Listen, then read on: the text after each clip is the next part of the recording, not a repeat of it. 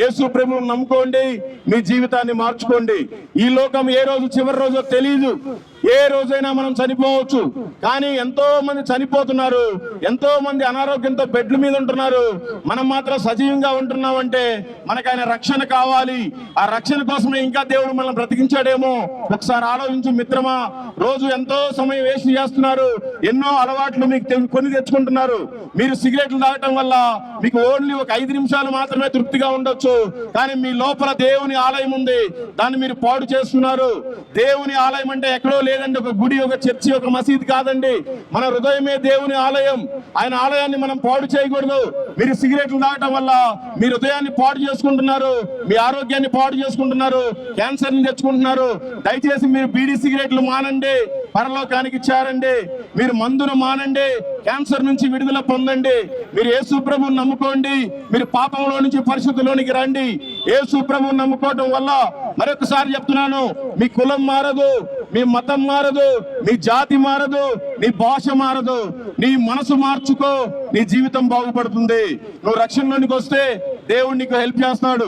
ఈ భూమి మీద చాలా మంది దేవీ దేవతలు ఉన్నారు, కానీ ఏ ఒక్కరు కూడా మానవుడు చేసిన పాపాల నిమిత్తం ప్రాణం పెట్టిన దేవుడు లేడు.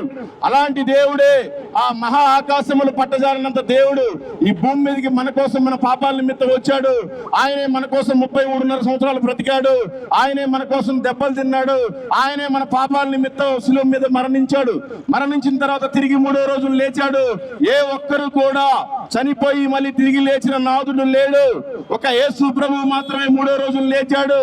ఆయనే సజీవుడు. ఆయన నమ్ముకుంటేనే మనకి రక్షణ ఉంది. ఆయన నమ్ముకుంటేనే మనకు పరలోకం దొరుకుతుంది. ఈ లోకం శాశ్వతం కాదు, ఏ రోజైనా చనిపోవచ్చు. కానీ చనిపోతే మనం ఎక్కడికి వెళ్తాం తెలుసుకోవాలి.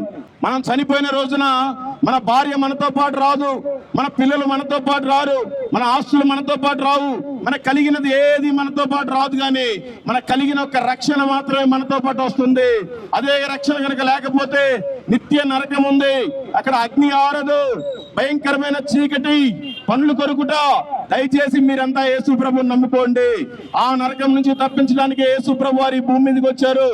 ఆయన నమ్ముకున్నాం. మేమంతా కూడా అనేక రకాలుగా జాబులు చేసుకునే వాళ్ళం, పనులు చేసుకునే వాళ్ళం, వ్యాపారాలు చేసుకునే వాళ్ళం. ఈ రోజు ఇక్కడ రోడ్డు మీద నిలబడి మాట్లాడుతున్నామంటే మేము కూడా ఒకప్పుడు త్రాగుబోతులమే, మేము కూడా ఒకప్పుడు దొంగలమే, మేము కూడా ఒకప్పుడు వ్యభిచారులమే, మేము కూడా భయంకరమైన పాపులమే. కానీ యేసు ప్రభువుని నమ్ముకున్న తర్వాత మా జీవితాలను మార్చాడు, మా బ్రతుకులు మార్చాడు. అందుకని మాకు వచ్చిన సంతోషం మీకు కూడా రావాలని ఇవన్నీ మాటలు మీకు చెప్తున్నాం. దయచేసి మీరు కూడా యేసు ప్రభు ఎవరో తెలుసుకోండి, యేసు ప్రభువుని నమ్ముకోండి.